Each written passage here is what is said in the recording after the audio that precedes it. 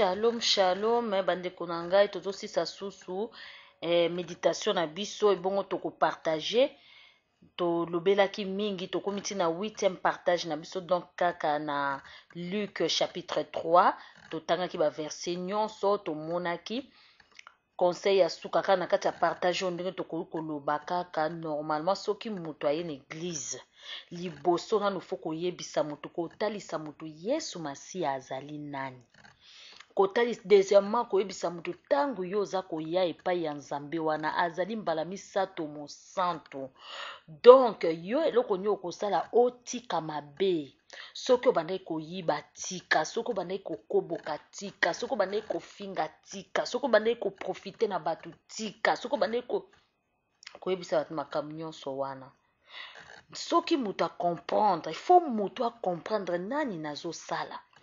Ata na ba classe tomonaka mwana soki amati ba étape baza kotangisa ye ntango akokoma na 3e secondaire ye moko soki akopona section nini mwana sikoyo akoli akopona section nini nga nasala littéraire ou bien nakosala scientifique ou bien soit nakosala commercial donc mwana ou bien nakosala métier. Il faut moto akoma na capacité wana na capacité ya koyeba ke nasala nini natika mabe to malamu nalanda Yesu to te. Po Bible eza koloba Nzambe moko abi j'ai mis devant toi la vie et la mort, la malédiction et la bénédiction. Choisis la vie pour que tu vis. Pasteur, évangéliste, chantre o moto nyonso atanga na oto vai na ban tozo partager lelo. Biso tozo partager te po tozwa peuple ba ya epa na biso ebele. Tozo partager te po bato ba ya baloba kaka ki o bango nde boy te. Biso tozo partager ka ndenge tozo bozo te loba ya Nzambe bote ya na ndenge Yesu alobi ke allez faites toutes les nations les disciples. Atindaki bino eloko mususu te. Atindaki bino te bo forcer bandimi bokoma koswada na bandimi mondimi aza mondimi nanga alobaki na bango te ata ntango tomonaki Yesu Masiya atindaki basali na ye badisciple bakende koteya alobi bo forcer bato te. Soki omoni ndako bayambi bino bopesa bango pe soki bango mpe bazongisa bino pe bokoti boteyi parole de Dieu place oyo baboyi bopupola makolo na bino. Tozomona ni ba pasteur bakomi kowela bandimi o église wana eyibi nga bandimi baza ya yo te bandimi baza ya Yesu Masiya. O ozosala miziki mpo na Nzambe te. Il faut tokotisa mwa miziki ya mokili moke po bato baya bato basomba bayoka non. Ozo travailler mpo na Nzambe yo protocole o te. Il faut tosala mwa ba charme moko boye tosala boye te. Oye mpo na kosedoy bato te yo oye mpo na koyamba bato na kati na église kokotisa yo modérateur. Modéré na ndenge moko ya malamu oyete po ogangaka bato bagangaka Nzambe alobi kokasa te à force de prier ke okozala exaucer eza to baba makelele tellement eleki bato bazoyoka lisusu te sujet ya prière. Donc tosala musala na Nzambe balobi musala na Nzambe eza kwa musala ya soda moto moko te asala musala soda na frère na ye moko. Donc il faut kosenga Nzambe molimo mosantu ba arme spirituelle oyo yo okende kobunda nango bitumba oyo okende kotravailler nango. Il faut senga Nzambe bottine ceinture casque. Donc nyonso tu wana il faut zala nango tenue ya soda il faut nyonso tu wana ozala nango ekosala o malamu mingi soki oza nango okoyeba ndenge nini kosalela Nzambe na oyo aza na bomoi. Po soki oza na babiloko wana nyonso te ekozala pasi mpo na yo ekozala pena pasi mpo na yo koyeba Yesu Masiya.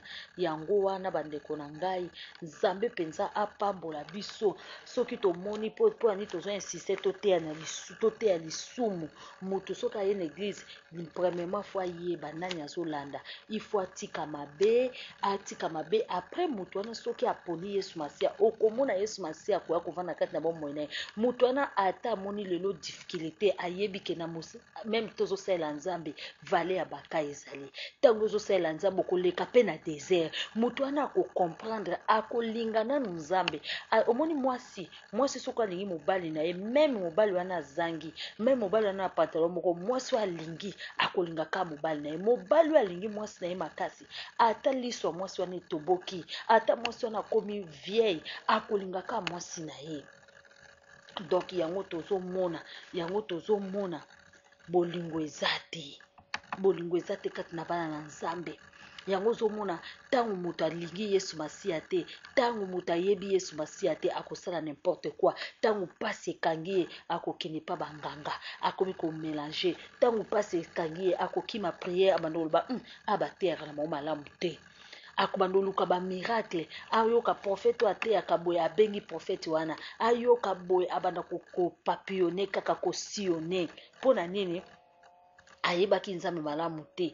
Ata ba pasteur minga lokuta tozomona sikoyo pona ni ba leader na bango, bato oyo babatisaki bango, bato oyo bateyaki ba soki oyo ba wendraki bango po bakoma ba pasteur, soki otali ba racine na bango ya ba père spirituel na bango ndenge bango moko balobaka, donc ezalaki ba racine moko ya malamu te. En tout cas pena ba pasteur wana bazali mandaté te basa la parole de Dieu. Bango moko bayaki autoproclamer, bango moko ba proclamaki baza ba pasteur, yango bazosala makambo ya désordre mona pasteur na ba copinage. Moto akosa bino te en Ephésiens 5 balobi, yango nazo abote ya lisumu po moto akosa bino te nzamba ko comprendre bino ya lisumu te. Awa en Ephésiens chapitre 5 to banana 1 balobi, car sachez-le bien, aucun débauche ou impur ou cupide, c'est-à-dire idolâtre, n'a héritage dans le royaume de Christ et de Dieu.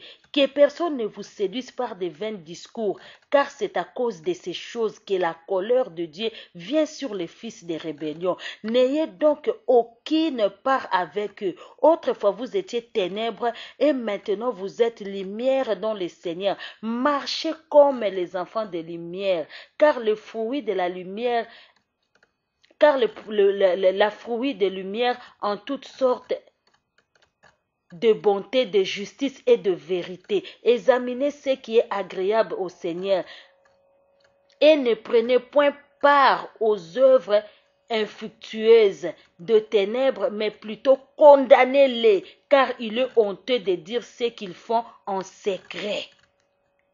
Mais tout ce qui est éprouvé apparaît en pleine lumière, car tout ce qui est ainsi manifeste est lumière. C'est pour cela qu'il est dit, réveille-toi, toi qui dors, réveille-toi entre les morts, et Christ t'éclairera. Prenez donc garde afin que vous conduire avec circonception, non comme les insensés, mais comme les sages. Rachetez le temps car les jours sont mauvais. Awa boyoki Ephésiens 5 botangiti na suke lobi longwa na kati na bango bato na lokuta bempidike ekobo nyonso to wana ekokota kati na bokonzi na likolo te balobi tosomba tango po mikolo ekomi mabe totika masumu bosomba tango. Na prochaine oyo koya kati ya partage na biso toko partager pena na Ephésiens 5 eza koloba mpona tia na lisumu balobi tosomba ngonga ntango nyonso priaka wumelaka na bakoprier wumelaka na koprier sans cesse kotanga Bible koyebaka misala na Yesu Masiya sur la croix longwa na kolelalela na kosione na kotunaka bato ba vision nzambe apambola yo moto oki mateya oyo emema yo penza na bomoi ata yo mosali na nzambe